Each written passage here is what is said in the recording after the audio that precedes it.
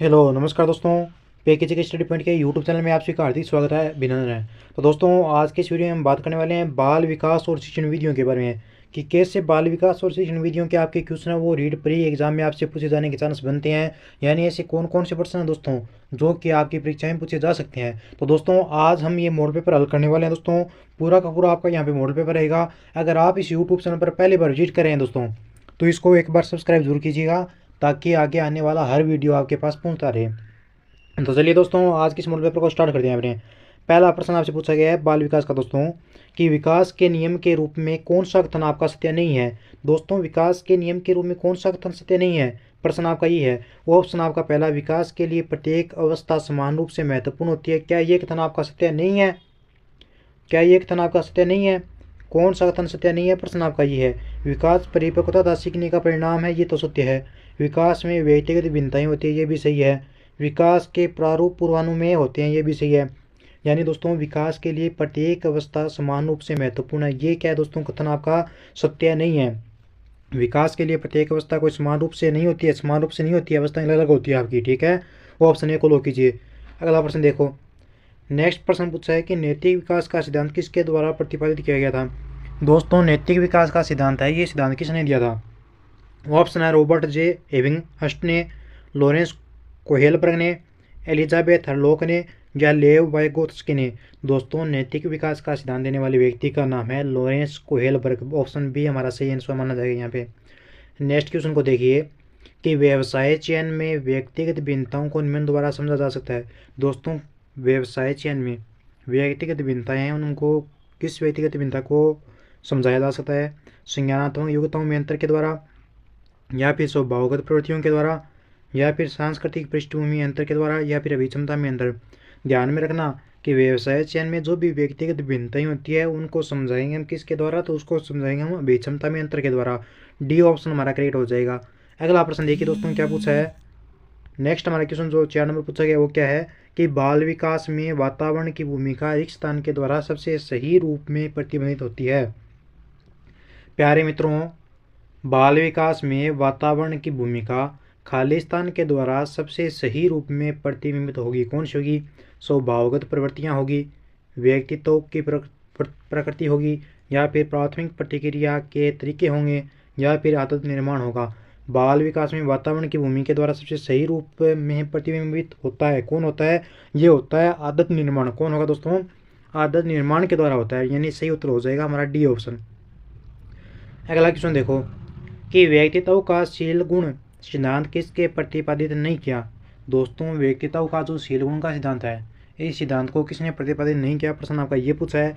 Option आपका Paul Costa व Robert मैकक्रैक ने, या फिर रेमंड केटेल ने, या फिर हैंस आइजैक ने, या फिर गॉर्डनर ऑलपोर्ट ने। बताओ कि व्यक्तित्व का शील गुण सिद्धांत किसने प्रतिपादित नहीं किया, किसने नहीं किया। चलिए इस क्वेश्चन का आप कमेंट बॉक्स में आंसर करना, मैं आपके लिए होमवर्क के लिए छोड़ रहा हूँ ये प्रश्न, ठीक है। प्रश्न बहुत ही प्यारा है। चलो आगे चलो। अगला क्वेश्चन है कि कौन सा व्यक्तित्व परीक्षण नैदानिक निदान के लिए वैध है। दोस्तों कौन सा व्यक्तित्व परीक्षण है वो नैदानिक निदान के लिए वैध है। MMPI, 16PF, या फिर EPS, या फिर TAT। दोस्तों कौन सा व्यक्तित्व परीक्षण जो आपका नैदानिक निदान के लिए वैध है। 6 नंबर क्वेश्चन में जो आपका सही आंसर माना जाएगा वो माना जाएगा 6 का ऑप्शन ए करेक्ट हो जाएगा, ठीक है। 6 का ऑप्शन ए करेक्ट हो जाएगा MMPI, ठीक है। 6 का ऑप्शन ए करेक्ट कर दो। आगे 7 नंबर क्वेश्चन है, इसको एक बार आप छोड़ दो, इसका पता नहीं सरकार ने किस क्वेश्चन को आपके जो एग्जाम ले रही है वो कौन से ऑप्शन को आपका इसमें सही माना था, इसको एक बार छोड़ दो। नेक्स्ट देखो 8 नंबर क्वेश्चन कि निम्न में से कौन सा बुद्धि का निष्पत्ति परीक्षण है। कौन सा बुद्धि का निष्पत्ति परीक्षण है। जैलोटा सामान्य बुद्धि परीक्षण है, बाटिया बैटरी है, आर्मी अल्फा परीक्षण, या फिर ड्रो ए मैन परीक्षण। बुद्धि का निष्पत्ति परीक्षण कौन सा हो जाएगा यहाँ पे। यहाँ पे लगभग बच्चे कमेंट कर रहे हैं ऑप्शन बी को। बिल्कुल मेरे लाडलों आपका करेक्ट आंसर हो जाएगा ऑप्शन बी सही, ऑप्शन बी उत्तर सही हो जाएगा बाटिया बैटरी, ठीक है। अगला प्रश्न है कि व्यक्तिगत विभिन्नताओं की प्रकृति के लिए निम्न में से कौन सी अवधारणा सत्य नहीं है। ऑप्शन है सामान्य संभाव्यता, अधिगम समानता, विचलनशीलता, या फिर शील गुणों का अंतर संबंध। व्यक्तिगत विभिन्नता की प्रकृति के लिए कौन सी अवधारणा सत्य नहीं है, क्वेश्चन ये पूछा है। तो सत्य अवधारणा कौन सी नहीं है, ये है अधिगम समानता। ये बात क्या है आपकी, सत्य नहीं है। ठीक है, सही आंसर हो जाएगा ऑप्शन बी को लॉक करो भाई। चलिए बढ़ते हैं अगले सवाल की तरफ। आगे सवाल पूछा है वो है कि प्रतिभाशाली बालकों की शिक्षा के लिए कौन सा उपाय प्रासंगिक नहीं है। जो प्रतिभाशाली दोस्तों बालक होते हैं उनके लिए कौन सा उपाय प्रासंगिक नहीं है, प्रश्न आपका ये पूछा गया है।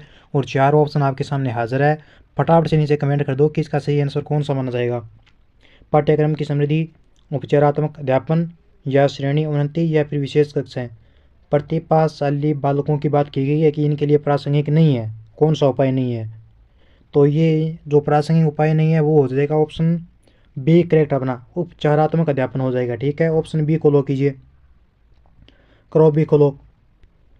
अगला प्रश्न देखो कि कौन सी विकृति अधिगम क्षमता का एक प्रकार है। ऐसी विकृति दोस्तों जो अधिगम क्षमता का एक प्रकार है, कौन सी है। ऑप्शन है क्रेटिनिज्म, ADHD, डिसलेक्सिया, या फिर ऑटिज्म। जो विकृति अधिगम क्षमता का प्रकार होती है वो कौन सी मानी जाएगी, तो वो मानी जाएगी मेरे लाडलों आपका ऑप्शन सी करेक्ट, डिसलेक्सिया। ठीक है, चलिए थोड़ा देखते हैं आगे अगला प्रश्न जो आपका क्या पूछा है। नेक्स्ट हमारा क्वेश्चन पूछा गया दोस्तों देखिए कि कुसमायोजन का कौन सा तत्व विशेष रूप से निर्णय लेने से संबंधित नहीं है आपका। ऑप्शन है तनाव, कुंठा, चिंता, या द्वंद्व। कुसमायोजन का कौन सा तत्व विशेष रूप से निर्णय लेने से संबंधित नहीं है, तो कुसमायोजन का जो तत्व होता है वो कौन सा हो जाएगा, वो होगा यहाँ पे ऑप्शन डी, द्वंद्व होगा। ठीक है, इसमें क्या होता है दोस्तों, निर्णय लेने से संबंधित आपका नहीं है ये तत्व। ठीक है, अगला है JP गिलफर्ड के अनुसार सृजनात्मक बालकों की विशेषता कौन सी नहीं है।